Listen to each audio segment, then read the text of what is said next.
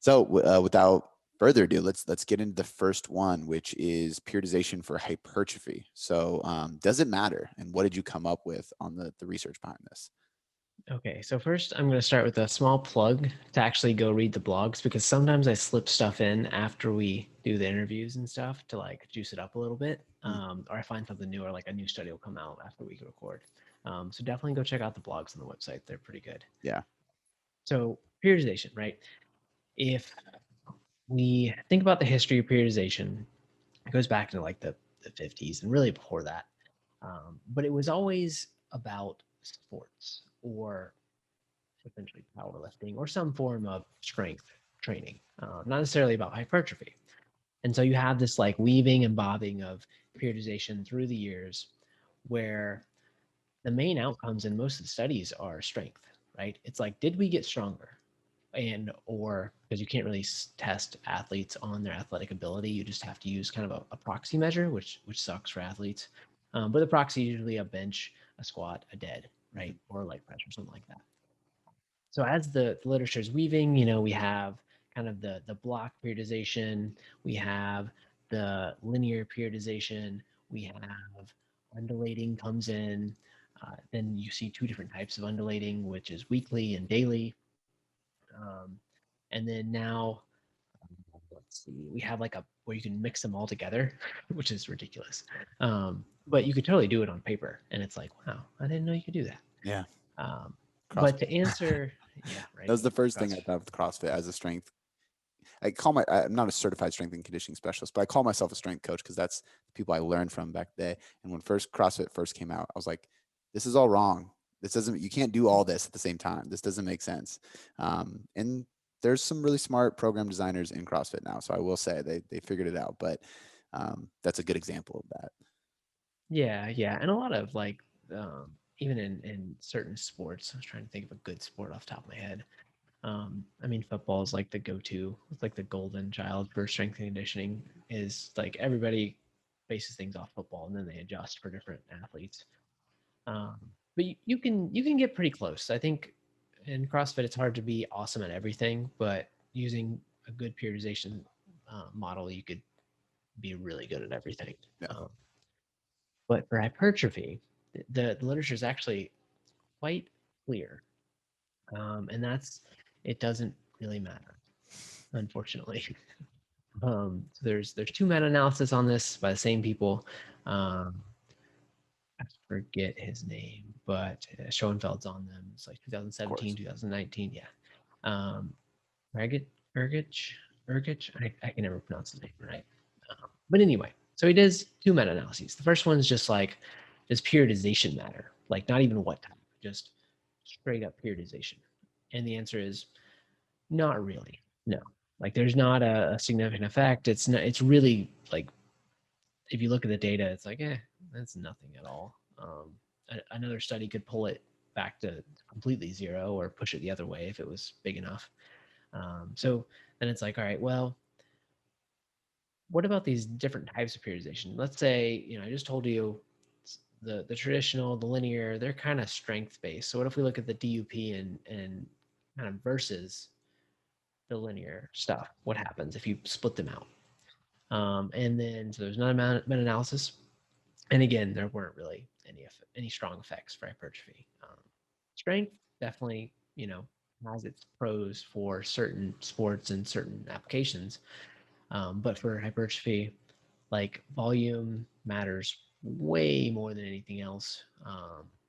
So what I generally tell people and what I've been telling people for a couple of years now is like try to make a program, right? I'm not saying programs don't work. I'm just saying periodizing a very specific way is not better than periodizing a very specific other way. That's all the take home is, right? I think that sometimes people misunderstand. Um, I mean, not even that. It's just I think people, I don't know if over define is a word, but over define periodization, right? Because to an extent, periodization is just having a plan. So I would even say this, like, so for those different studies that show different types of periodization, was volume equated in those, and that's why they ruled out periodization not mattering because the volume was there, and that's how they equalized it. So there are a couple, yeah, that did that specifically, but a couple being like one or two. So basically, there's just not much. Like you would think periodization is this old thing, and we have hundreds of studies on it, but when you whittle it down and you really look at just hypertrophy, there's like I don't know 12 to 15 um, good ones, and then you have some not great ones in there too. Um, But yeah, I think you made a good point with just periodization is ill defined, and again, having a plan is important, and making sure that plan adapts to whatever you're doing is also really important. So I think you do that really well with pretty much all of your clients. Well, and here's the thing too is like if somebody goes through, you know, a program of ours that doesn't periodize in a way that it changes or undulates or waves or anything like that over the course of 6 months, let's say they do the same, basically the same shit for 6 months straight, but we have a deload every fourth week, which means I'm going to push them a little bit harder on week three. So it's kind of like we kind of accumulate intensity until we take a deload and then we rinse and repeat. Well, that's kind of in a way you're periodizing because I'm planning to push you harder over these next 3 weeks, take it back, and then rinse and repeat. And that's where I think people over glorify or over define, or they think of periodization, they just think of powerlifting and Olympic lifting and how detailed that can be. Like if you look at like old Russian textbooks of strength training, I mean, it Mhm. gets crazy. So it really comes down to simple periodization, I think does work. Cause even if people, I mean, people like this personally, I'm sure, where you look at their program and they're jacked as hell. And you're like, dude, it's so simple. Like you're doing the same shit over and over again. It's like, but what do? They have a progression model there. That's a form of periodization in a way. You're planning to progress week after week, and then you know when you're going to change exercises, be that every 4 weeks or 8 weeks or 12 weeks, depending on the person. You know when you're going to deload. Um, if we put all those things into like a written plan, that's kind of a periodization plan. So, do you think it's wrong to say, rather than saying periodization doesn't matter, saying that periodization is far less complex with hypertrophy, or needs to be far less complex? Yeah, I think so. I think, the interesting thing you mentioned is deloads, right? Because like those really aren't studied that much. But we know that you can push and accumulate your intensity and your volume. We also know, I think everybody's done this at least once, is if you go too much volume, too much intensity for too long, you just kind of like get injured or crash and burn, or something bad happens. Hmm. You can be an elite athlete and just do it longer, right? So like if you're a really good athlete, physique athlete will say, I've pushed some to like 8 weeks without a deload, right? That's a long time. Whereas like during prep myself, or when I'm dieting in general, like 3 weeks, I'm ready. Like I'm good. Like 3 weeks, and then I'm going to take a week of 20% less volume or something like that. So Yeah. yeah, it's Yeah. it's it's I like how you put it. I think I tend to do the same thing just with a busy lifestyle. I've found that like every 4 weeks is good for me. I need exercise variety just to keep me motivated in the gym. So what I tend to do is I actually run typically 3 week blocks for myself, and I do a deload in between. So it's like the deload week, I usually make the exercises different by making them easier and kind of fun. So it's like instead of doing a dumbbell Bulgarian split squat, I will do like an offset kettlebell front racked Bulgarian split squat. It's like fun and challenging and weird, Yeah. far less systemically fatiguing, Mhm. and I still do the movement, and it's kind of acts like a deload. And then I get into the first week of the next program, which like allows me to do that. With clients who are newer, I'll do 4 week blocks, and I'll kind of do the same thing, but week one is always kind of like a learning curve. It's like, okay, now we're going to be doing this variation of split squat that you haven't done before. So go lighter because I need you to learn it. Kind of acts like week one being a deload instead of week four, because week one, they go easy trying to learn the movements. Week two, they can finally start to progress a little bit. Week three, week four, they push themselves because they're used to it. Week one of the new program is different, right? And we just keep the compound lifts because those are going to probably stay around for long term. But um, there's ways you can play around with that. I think that's kind of the art of programming. However, I think my big, because I've dug into this quite a bit, and I even remember I read an article. I can't remember who wrote it, and it was interesting because it was like a reverse. What did they call it? I think it was just reverse linear periodization, right? where essentially instead of lowering volume and increasing intensity, it's like, hey, let's lower intensity and increase volume just slightly week to week. And actually, you actually accumulate more volume on paper. And I was like, oh, that makes so much sense. Like, that's an easy way to accumulate volume over time. Um, that's a great periodization strategy for hypertrophy, for bodybuilding. And then this is what I do with everything. I was like, let me go to Mass and I'm going to do the search thing, Mass Research Review. And I go into the search bar and I type reverse linear. And of course, Eric Helms reviewed a research paper and it showed that it actually was inferior to regular linear periodization for hypertrophy and strength. And I was like, oh, well, shit. That doesn't make Yeah. sense.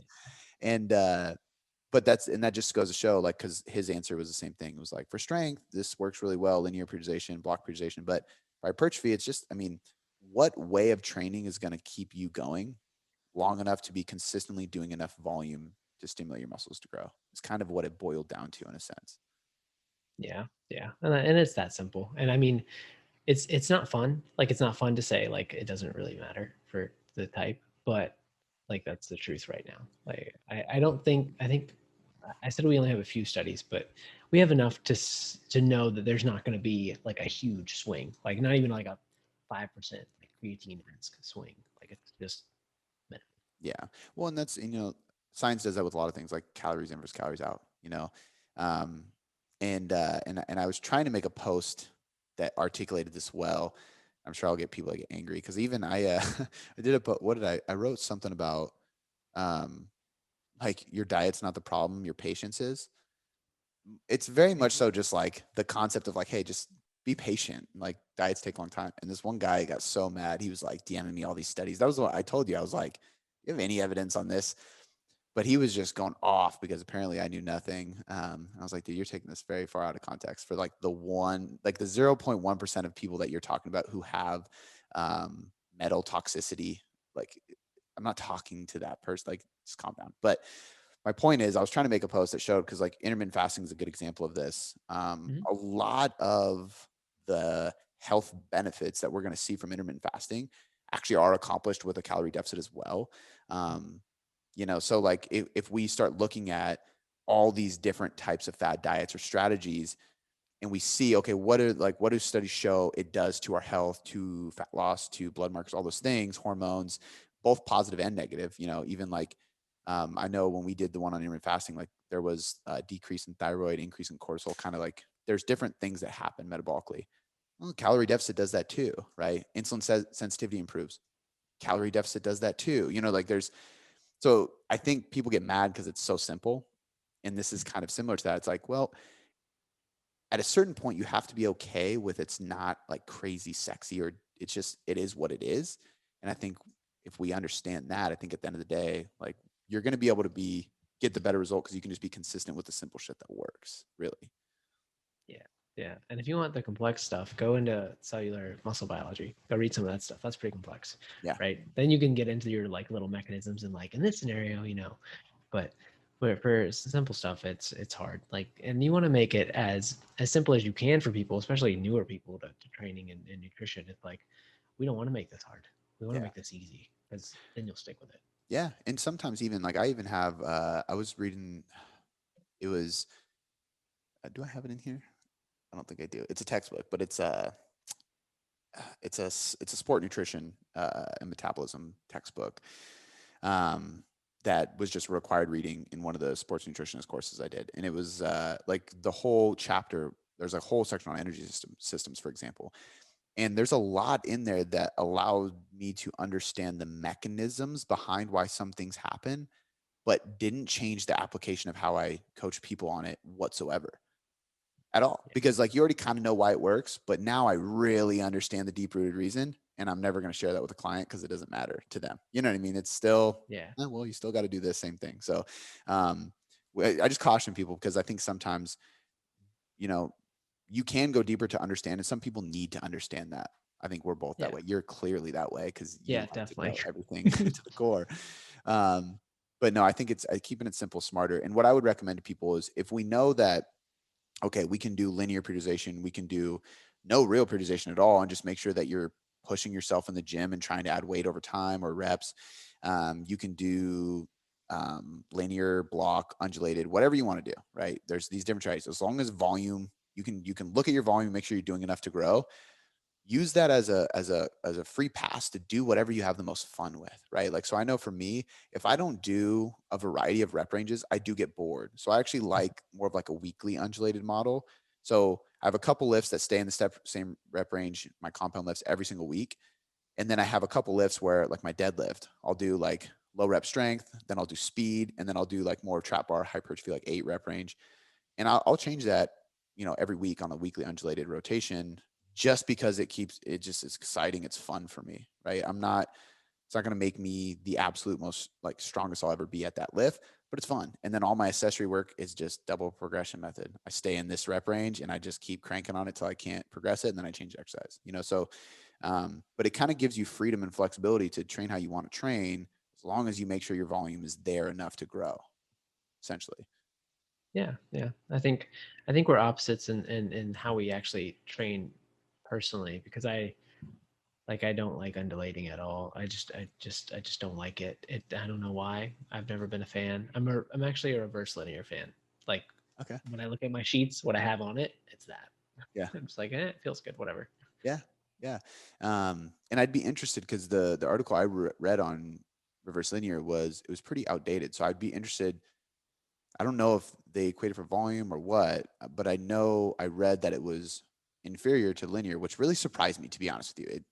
It really did, because when you calculate, all right, I'm doing 3 sets of 8 with this week, and then 3 sets in like 9, 10. You calculate, it's like that should be more tonnage, but I can't remember their theory. I'll have to look that up because now I'm interested. But that's a good point. I mean, again, like, what keeps you pushing hard in the gym to make sure your effort's there? I mean, that's truly what matters most, I think. Obviously, you got to do enough volume and the right exercise too, but that's aside for Still, periodization. yeah, still got to do the work. Yeah. So, any other conclusions on that one before we move to the next? No, I think we covered that one sufficiently for sure. Perfect.